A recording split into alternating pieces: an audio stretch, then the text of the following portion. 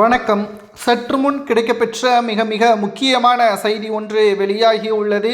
திமுகவின் அங்கீகாரம் ரத்து செய்யப்படுகிறதா? சமூக வலைதளங்களில் வைரலான செய்தி தற்பொழுது நாம் பார்க்க போகிறோம். அதற்கு முன்பாக நமது சேனலுக்கு புதிய பார்வையாளர்களாக இருந்தீங்கன்னா ஒரே ஒரு சப்ஸ்கிரைப் பண்ணி பக்கத்தில் உள்ள பெல் பட்டனை மட்டும் கிளிக் பண்ணிருங்க.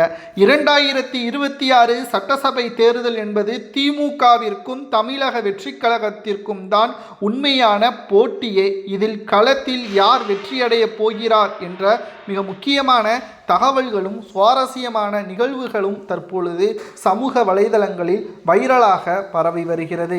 2026 சட்டசபை தேர்தலை பொறுத்தளவிற்கு விஜய் அவர்கள் ஆட்சியை அமைக்குமேயானால், விஜய் அவர்களது தலைமையில் ஏற்று திமுகவின் கூட்டணிகள் விஜய் அவர்களது தலைமையை ஏற்றுவிட்டால் நிச்சயம் திமுக டெபாசிட்டை பல இடங்களில் இழக்க நேரிடும். அது மட்டுமல்ல, சூரியன் சின்னத்தை அவர்கள் கைவிடக்கூடிய ஒரு நிலைமையும் உருவாகும். 10.5% மேலார் ஓட்டுக்கள் பதிவு செய்யப்பட்டால் மட்டும்தான் அவர்களுக்கு சின்னம் ஒதுக்கீடு செய்யப்படும். இல்லை என்றால் தேர்தல் ஆணையம் என்ன சின்னம் கொடுக்கிறதோ அந்த சின்னத்தில்தான் திமுக போட்டியிட முடியும். இது வரக்கூடிய தேர்தல்களில் சாத்தியம் என்று தாவேகாவின் ஆதரவாளர்கள் சமூக வலைதளங்களில் கூறி வருகிறார்கள். அது எந்த அளவிற்கு உண்மை என்பதை தேர்தல் முடிந்த பிறகுதான் நம்மால் கூற முடியும். ஏனென்றால் 2011ஆம் ஆண்டு விஜயகாந்த் அவர்கள் அரசியலுக்குள் வந்த பிறகு எதிர்க்கட்சி அந்தஸ்தை திமுக இழந்த பொழுது இதே நிலைமைதான் பேசப்பட்டது. அதற்கு பிறகு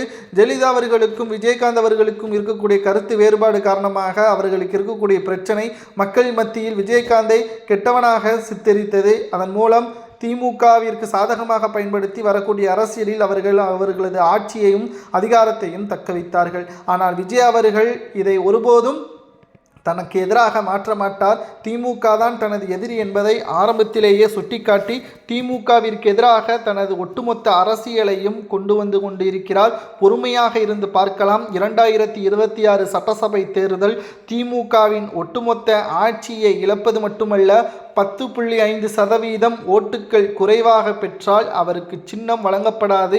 தேர்தல் ஆணையம் திமுகவின் சின்னத்தை ரத்து செய்யக்கூடிய வாய்ப்பும் உருவாகும் என்ற தகவல் தான் சமூக வலைதளங்களில் வைரலாக பரவி வருகிறது.